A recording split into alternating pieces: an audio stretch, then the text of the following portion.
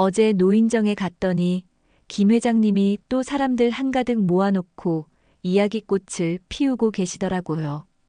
도대체 그 비결이 뭘까요?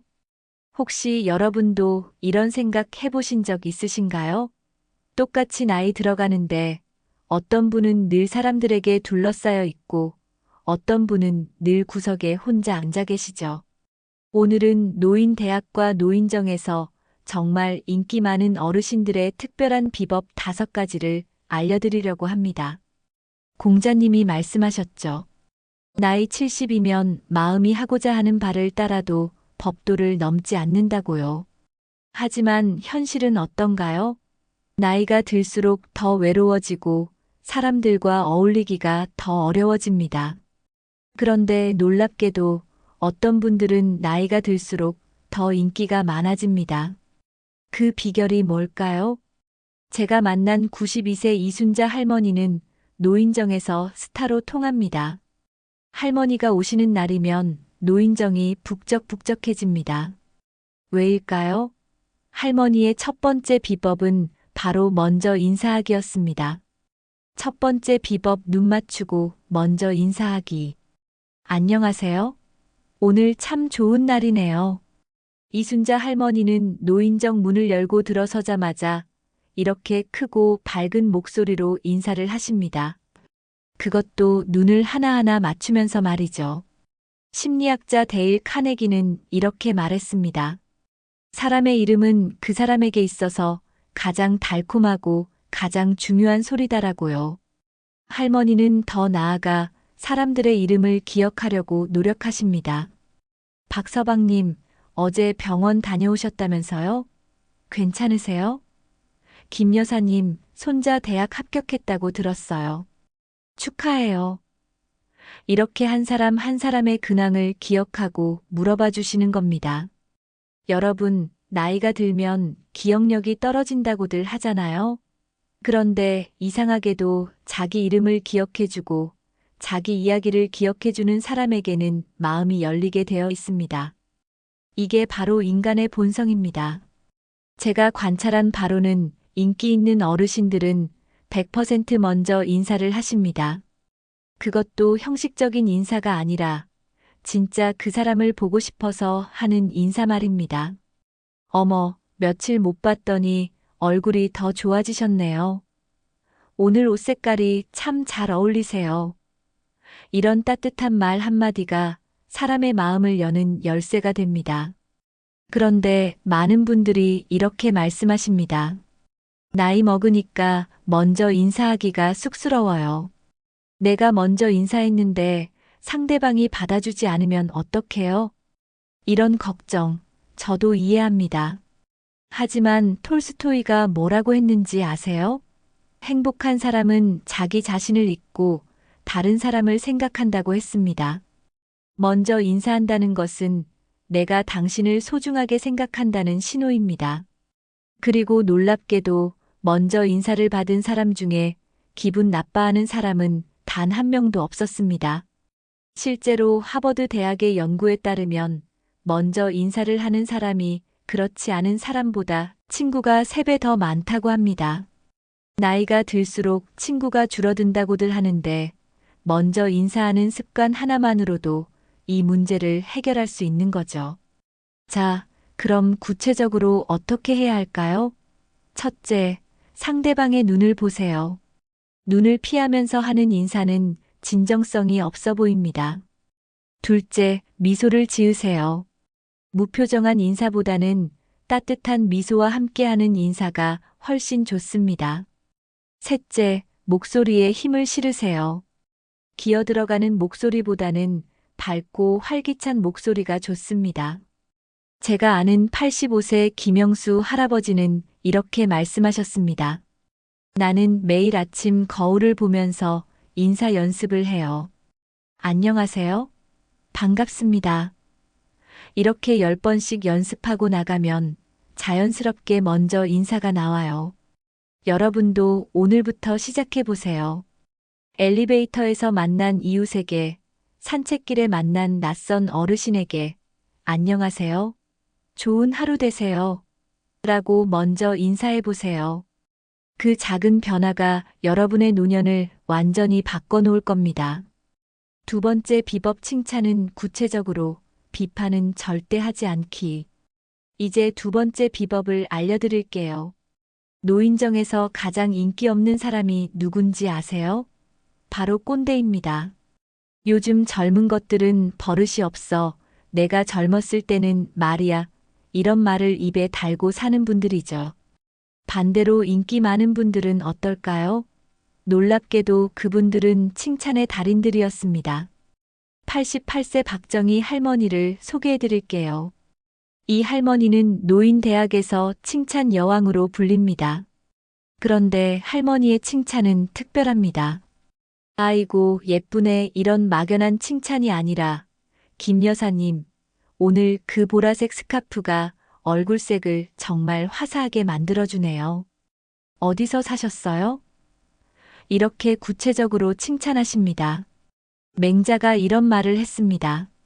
사람을 기쁘게 하는 말은 따뜻한 봄바람과 같다고요. 정말 그렇습니다. 진심 어린 칭찬 한마디는 사람의 마음을 봄날처럼 따뜻하게 만들어줍니다. 그런데 여기서 중요한 포인트가 있습니다. 칭찬은 구체적이어야 하고 진심이어야 합니다. 잘하셨어요. 좋아요. 이런 칭찬은 별 감동이 없습니다. 하지만 어머, 이 김치가 정말 아삭아삭하고 간도 딱 맞네요. 비법이 뭐예요? 이런 구체적인 칭찬은 상대방의 마음을 확 열어줍니다. 제가 관찰한 인기 많은 어르신들의 공통점이 또 하나 있습니다. 그분들은 절대 남을 비판하지 않습니다. 설령 마음에 안 드는 일이 있어도 직접적으로 비판하기보다는 그럴 수도 있지요. 다 이유가 있겠지요. 이렇게 넘어가십니다. 왜 비판하지 않는 게 중요할까요? 나이가 들면 다들 자존심이 강해집니다. 젊었을 때는 네, 알겠습니다 하고 넘어갔을 일도 나이가 들면 내가 뭘 잘못했다고 하면서 발끈하게 됩니다. 그래서 비판은 관계를 망치는 지름길이 됩니다. 대신 이렇게 해보세요. 상대방의 좋은 점을 찾아서 칭찬하세요. 박서방님은 정말 유머 감각이 뛰어나세요. 김 여사님은 손재주가 정말 좋으시네요. 이런 칭찬을 받으면 누구나 기분이 좋아집니다. 그리고 신기하게도 칭찬을 많이 하는 사람 주변에는 사람들이 모이게 되어 있습니다. 세 번째 비법 경청의 달인이 되기. 세 번째 비법은 경청입니다. 소크라테스가 이런 말을 했습니다. 말하기는 지식의 영역이지만 듣기는 지혜의 영역이다라고요. 정말 맞는 말입니다. 노인정에서 인기 많은 분들을 보면 하나같이 경청의 달인들입니다. 91세 최영자 할머니의 이야기를 들려드릴게요. 이 할머니는 노인정에서 상담사로 통합니다. 왜냐하면 모든 사람들이 할머니에게 고민을 털어놓기 때문입니다. 그런데 신기한 건 할머니는 특별한 조언을 하지 않으신다는 겁니다. 그저 그래요? 그랬군요. 힘드셨겠어요. 이렇게 들어주시기만 합니다. 그런데 사람들은 할머니와 이야기하고 나면 속이 다 시원해졌어요. 마음이 편해졌어요. 이렇게 말합니다. 왜일까요? 바로 할머니가 진심으로 들어주시기 때문입니다. 눈을 맞추고 고개를 끄덕이고 아이고 그랬어요? 정말요? 이렇게 반응해 주시면서 말이죠. 여러분, 나이가 들면 대부분 말하고 싶어 합니다. 자기 이야기를 하고 싶어 하죠. 젊었을 때 이야기, 자식 이야기, 건강 이야기. 그런데 정작 들어주는 사람은 별로 없습니다. 다들 자기 이야기하기 바쁘니까요. 그래서 경청하는 사람이 인기가 많은 겁니다. 상대방의 이야기를 진심으로 들어주는 것. 이것만으로도 상대방은 큰 위로를 받습니다. 심리학 연구에 따르면 사람은 자기 이야기를 들어주는 사람에게 호감을 느낀다고 합니다. 경청의 기술을 알려드릴게요. 첫째, 상대방이 말할 때 휴대폰을 보지 마세요. 요즘은 노인정에서도 휴대폰 보는 분들이 많은데 상대방이 말할 때 휴대폰을 보면 내 이야기가 재미없나 하는 생각이 듭니다. 둘째, 중간에 끊지 마세요. 아니, 그게 아니라 내 생각은 다른데 이렇게 끊으면 상대방은 말하고 싶은 마음이 사라집니다. 셋째, 공감하는 표현을 하세요. 정말 힘드셨겠네요. 기분이 좋으셨겠어요. 이런 공감의 표현이 중요합니다. 제가 아는 87세 이철수 할아버지는 이렇게 말씀하셨습니다. 나는 하루에 말하는 시간보다 듣는 시간을 2배로 만들려고 노력해요. 그랬더니 친구들이 저절로 늘어나더라고요. 정말 그렇습니다. 말 잘하는 사람보다 잘 들어주는 사람이 더 인기가 많습니다. 오늘부터 여러분도 경청의 달인이 되어보세요. 네 번째 비법 유머 감각을 잃지 않기. 네 번째 비법은 유머입니다. 찰리 채플린이 이런 말을 했습니다. 인생은 가까이서 보면 비극이지만 멀리서 보면 희극이다라고요. 나이가 들수록 이 말의 의미를 더 깊이 이해하게 됩니다. 그리고 인기 많은 어르신들은 하나같이 이 지혜를 체득하고 계십니다. 89세 김수철 할아버지를 소개해 드릴게요. 이 할아버지는 노인정의 개그맨으로 통합니다. 그런데 할아버지의 유머는 특별합니다. 남을 깎아내리는 유머가 아니라 자기 자신을 소재로 한 유머를 주로 하십니다. 내가 어제 병원에 갔는데 의사가 할아버지, 기억력이 많이 떨어지셨네요. 그러더라고. 그래서 내가 선생님, 그게 뭐 나쁜 건가요? 덕분에 마누라한테 혼난 것도 금방 잊어버려서 좋던데 했더니 의사가 웃더라고. 이런 식으로 자신의 약점을 유머로 승화시키는 겁니다. 사람들은 이런 할아버지와 함께 있으면 마음이 편해집니다. 왜냐하면 나도 완벽하지 않아도 되는구나 하는 안도감을 느끼기 때문입니다. 유머가 왜 중요할까요? 나이가 들면 우울해지기 쉽습니다. 건강도 안 좋아지고 경제적으로도 어려워지고 친구들도 하나둘 떠나가고 이런 상황에서 유머는 삶의 활력소가 됩니다. 웃음은 최고의 명약이라는 말이 있잖아요. 실제로 웃으면 엔도르핀이 분비되어 기분이 좋아집니다. 그런데 주의할 점이 있습니다. 유머에도 품격이 있어야 합니다. 상대방을 놀리거나 비하하는 유머는 절대 하지 마세요. 김서방은 머리가 벗겨져서 파리도 미끄러지겠어. 이런 유머는 상처를 줍니다. 대신 내 머리는 이제 태양광 패널이야. 친환경이지. 이렇게 자신을 소재로 한 유머가 좋습니다. 또한 상황에 맞는 유머를 하세요. 누군가 슬픈 이야기를 하는데 갑자기 농담을 하면 눈치 없는 사람이 됩니다. 분위기를 읽고 적절한 타이밍에 유머를 사용하는 것이 중요합니다. 제가 관찰한 바로는 인기 있는 어르신들은 하루에 적어도 3번은 사람들을 웃게 만듭니다. 아침 인사할 때 오늘도 살아있어서 반갑습니다. 점심 먹을 때 이 나이에 이빨 있어서 감사합니다. 저녁에 헤어질 때 내일도 만날 수 있기를 바랍니다. 이런 식으로 일상을 유머로 채우는 거죠. 93세 박순자 할머니는 이렇게 말씀하셨습니다. 나는 매일 아침 일어나면 거울을 보고 스스로에게 농담을 해요. 어머, 오늘도 주름이 늘었네. 이제 곧 주름 대회 나가도 되겠어. 이렇게 웃고 시작하면 하루가 즐거워요. 5번째 비법 베풀고 나누는 마음. 마지막 5번째 비법은 베풀입니다. 부처님이 이런 말씀을 하셨습니다. 1000개의 촛불을 하나의 촛불로 켤 수 있다. 그러나 그 촛불의 생명이 짧아지지는 않는다. 행복은 나눔으로써 결코 줄어들지 않는다고요. 노인정에서 가장 인기 있는 분들을 보면 하나같이 베푸는 분들입니다. 그런데 여기서 말하는 베풀음은 큰 돈을 쓰는 게 아닙니다. 작은 것이라도 나누려는 마음입니다. 90세 정명숙 할머니의 이야기를 들려드릴게요. 이 할머니는 매일 노인정에 올 때 뭔가를 가져오십니다. 어떤 날은 직접 담근 김치, 어떤 날은 텃밭에서 기른 상추, 어떤 날은 집에서 구운 호떡. 비싸지 않은 것들이지만 할머니의 정성이 담긴 것들입니다. 그런데 더 놀라운 건 할머니는 받는 것도 잘하신다는 겁니다. 누군가 뭔가를 주면 아이고 고맙습니다.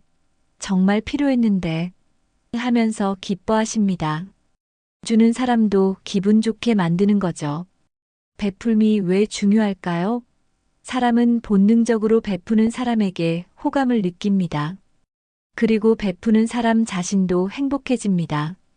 심리학 연구에 따르면 남을 도울 때 우리 뇌에서 도파민이 분비된다고 합니다. 즉, 베풀문 주는 사람과 받는 사람 모두를 행복하게 만드는 거죠. 그런데 많은 분들이 나는 베풀 게 없어요라고 말씀하십니다. 정말 그럴까요? 베풀문 물질적인 것만이 아닙니다. 따뜻한 말 한마디도 베풀입니다. 진심 어린 격려도 베풀입니다. 누군가의 이야기를 들어주는 것도 베풀입니다. 제가 아는 86세 최한수 할아버지는 특별한 재능이 있습니다. 바로 편지 쓰기입니다. 할아버지는 노인정 친구들의 생일이나 특별한 날에 손편지를 써서 전해줍니다. 건강하시길 바랍니다. 항상 고맙습니다. 이런 짧은 편지지만 받는 사람들은 감동합니다. 베풀매는 또 다른 형태도 있습니다. 바로 지혜의 나눔입니다. 여러분은 수십 년의 인생 경험을 가지고 계십니다. 그 경험과 지혜를 나누는 것도 훌륭한 베풀입니다. 88세 이영희 할머니는 노인대학에서 요리 선생님으로 통합니다.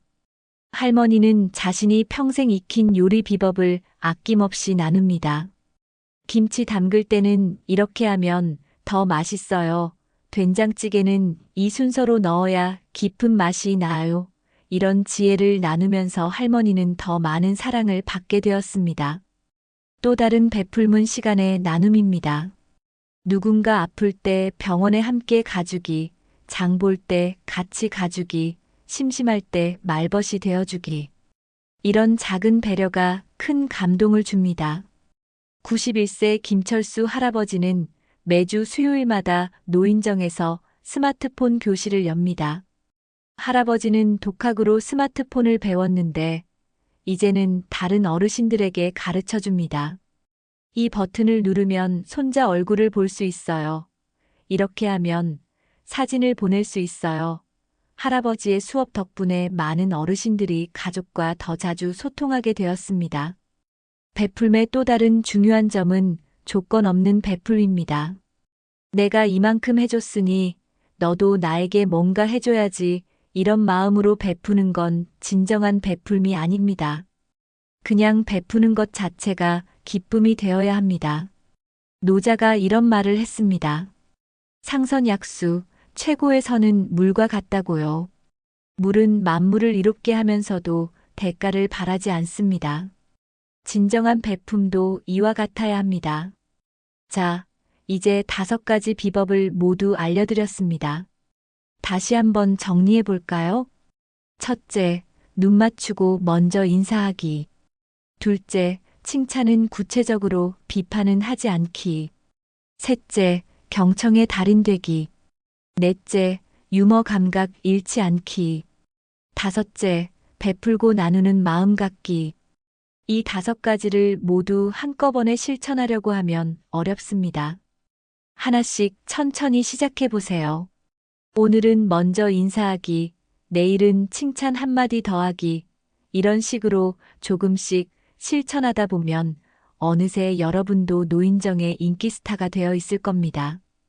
94세 송미자 할머니의 이야기로 마무리하고 싶습니다. 할머니는 70세까지는 노인정에서 구석에 혼자 앉아 있는 분이었습니다. 그런데 어느 날 결심을 하고 이 5가지를 실천하기 시작했습니다.